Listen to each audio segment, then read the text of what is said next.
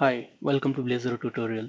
In this part, we will discuss about what is Blazor and how to create our first application using Blazor. So let's understand what is exactly a Blazor. So Blazor is a framework which has been developed by Microsoft for creating rich interactive client-side web UI using .NET. So here we will be using C# code instead of JavaScript while creating the Blazor applications. So basically .NET Blazor applications are based on components.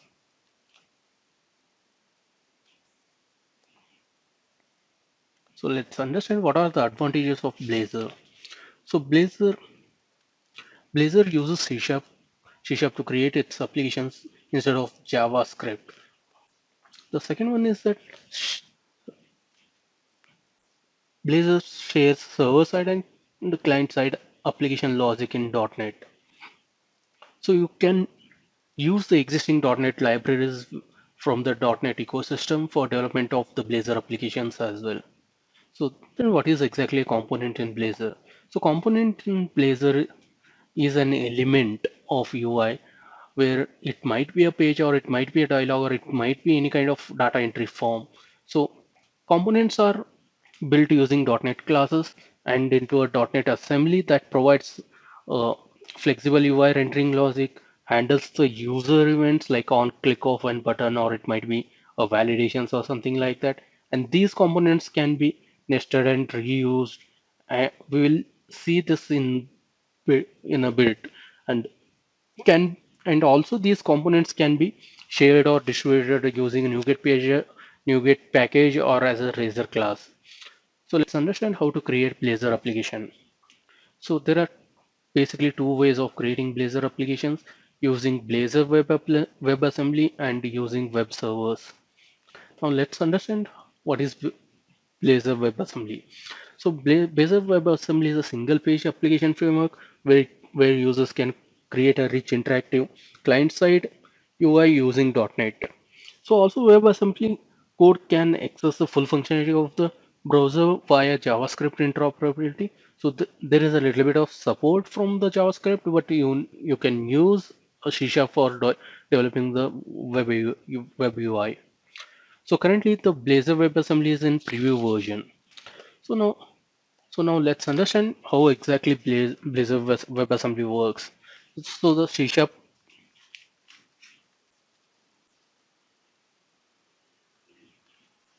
So consider when the Blazor WebAssembly app is built, then all the C Sharp code files and all the Razor files, or you can say that or Razor components, are compiled into a .NET assembly.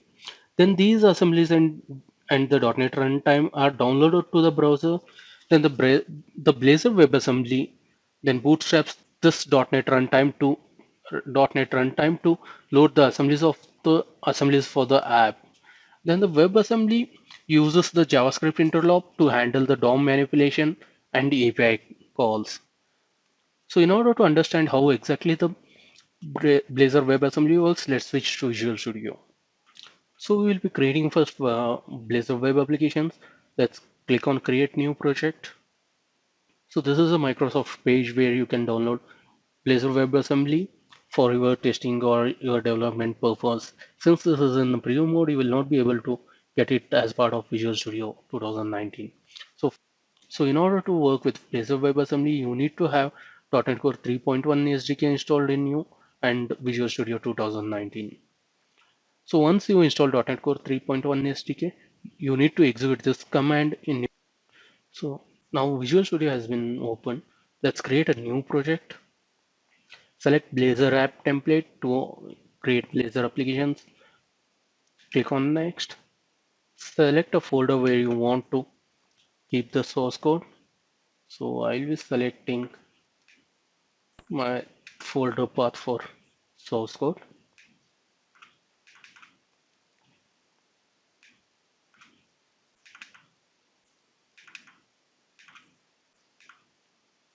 And since I'm creating WebAssembly Blazor app, I will mention the same.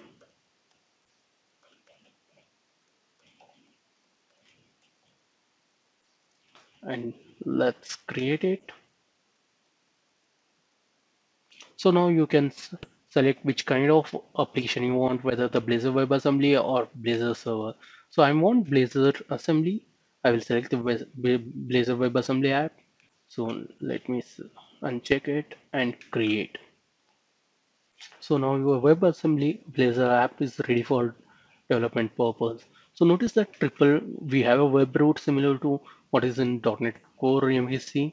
So here you will be placing all your CSS and your static files over here. So apart from that, here are your Blazor components. Notice that all your Blazor components will be have an extension of .razor. So let me open one of the component. So you can see that you have HTML, and you can see here there is a C# code present in the same file. So you have a rich intelligence support in the components, and you can embed your C# and HTML in the same page along with your CSS classes and other things. Then you have a shared page where main layout.razor is your master page, and you have a navigation menu, and this is server prompt, and imports.razor is something similar to what we have view imports page in the .NET Core MEC, where we will be mentioning what all the assemblies are required by these pages for working properly. Then this app.razor has the routing concept over here. We'll discuss in depth about how exactly routing works in the .NET in the Blazor. So then if we have the program.cs, where it will say that what kind of application you will be launching and other things. So you can notice that when this is the this is the entry point for the Blazor WebAssembly, and as soon as the entry point comes here, it mentions that this is an WebAssembly host builder. This application is basically a WebAssembly based Blazor application, and this says that all my routing components are available in this app.razor. So let's build this and run the solution, and let's see what exactly we will get. So now our page has been loaded, and this is how it looks. So we have a home navigation menu, we have a counter. On counter we have click me option, and then we have fetch data. So this page gives you a little bit of weather forecast for.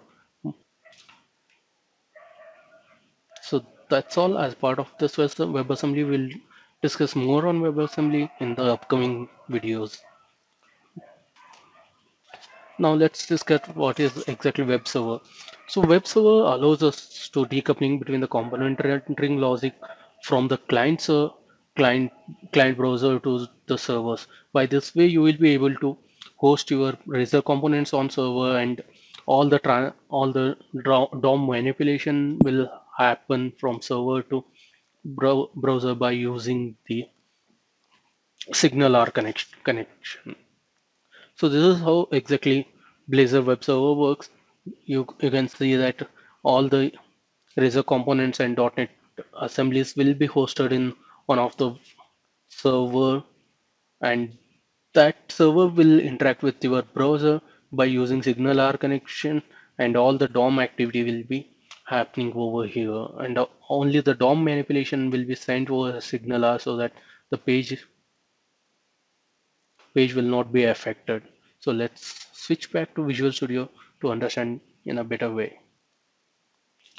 So let's create a new project. Select Blazor app, give a meaningful name,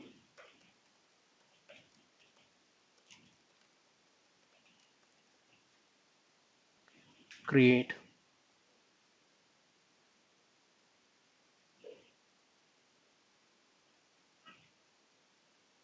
Now instead of selecting WebAssembly app, I will select Blazor web server app, then click on create.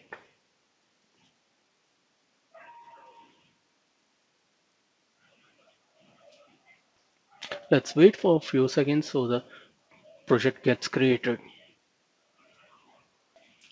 Now our Blazor web server app has been created. You can see there is a little bit of change in the folder structures. So we have a web root where you will be placing all your JavaScript and HTML static files. So apart from that, you have a data where you will be placed your all your models and other things. And then we have the pages for storing your Razor components.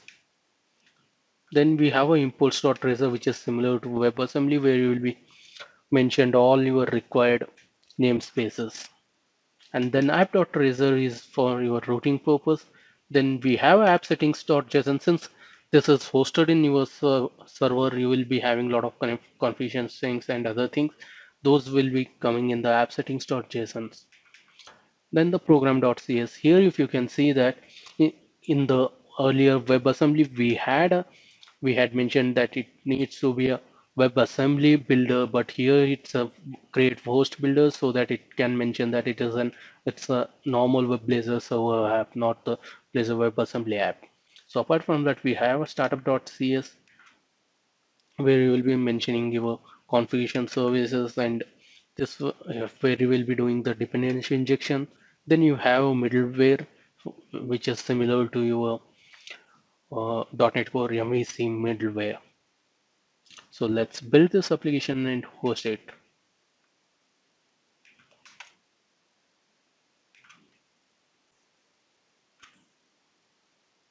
So this is how our page looks. So that's all as part of this video tutorial. For more information on Blazor web servers and how to work with web application, Blazor web applications, we will discuss in upcoming videos. Thank you.